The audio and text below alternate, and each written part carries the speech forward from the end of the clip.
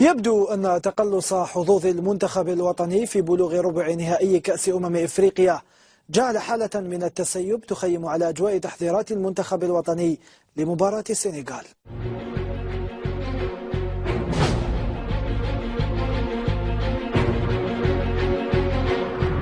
قبيل ساعات عن مواجهة السنغال المصرية لا توحي الأوضاع الداخلية للمنتخب الوطني في مقر إقامته في فندق هيلونيكا مواندا بأي خير، ولا بأن الخضر قادرون على تجاوز صدمة تونس وتعثر زيمبابوي بالفوز على السنغال وانتظار نتيجة مناسبة في اللقاء الآخر لأجل التأهل.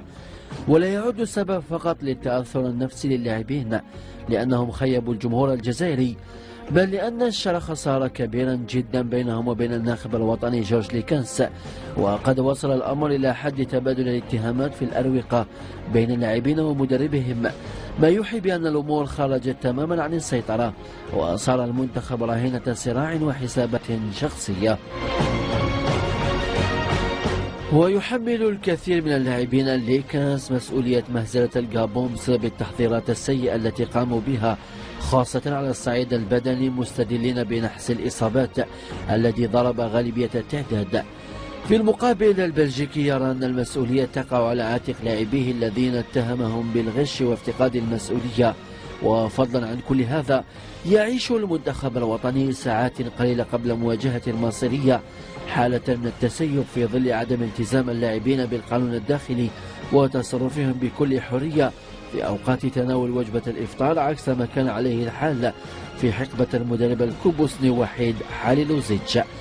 توحي الأجواء داخل المنتخب أن البلجيكي لا يملك أي سلطة على لاعبيها الذين أصبحوا لا يكترثون إطلاقا بما يقوله لهم بسبب خياراته الفاشلة وفلسفته التكتيكية، ليبقى المنتخب الجزائري هو الخاسر الأكبر.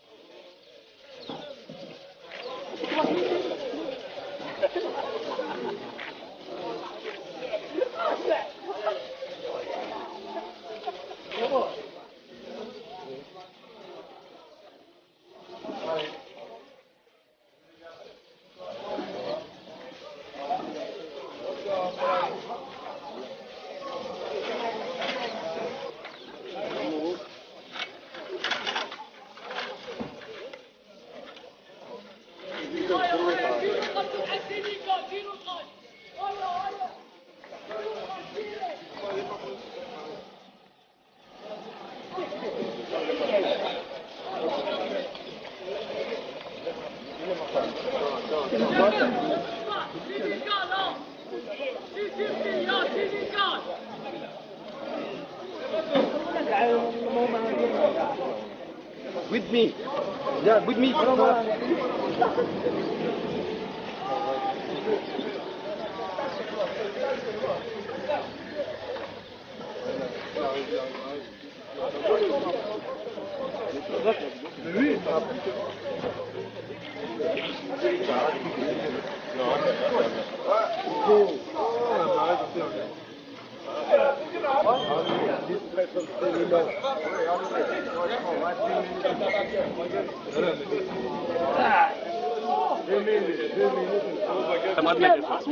سمعوا هذه رانا معاكم.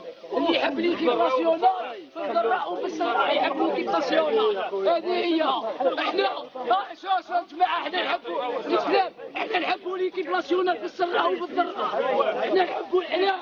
معليش نتوما ديروا اللي عليكم. نشوف ونحكي عليك باش نحكموا في قلب في اسم قال لك الحكمه اشد من القتل. جيت تقول سليماني ما حبش يتصور معايا وانت جامش. لا لا لا لا لا لا لا اسمعنا.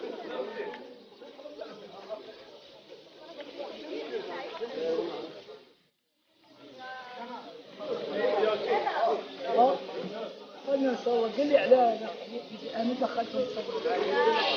قال لي عنده الحق.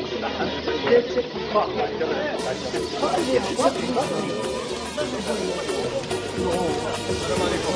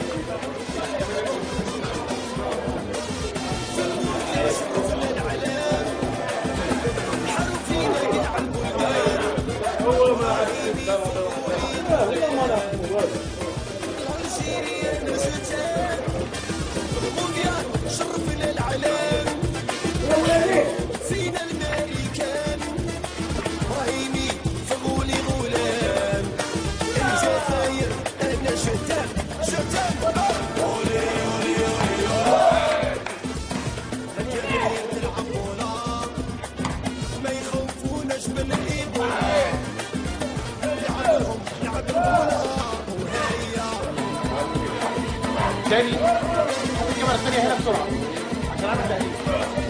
اعمل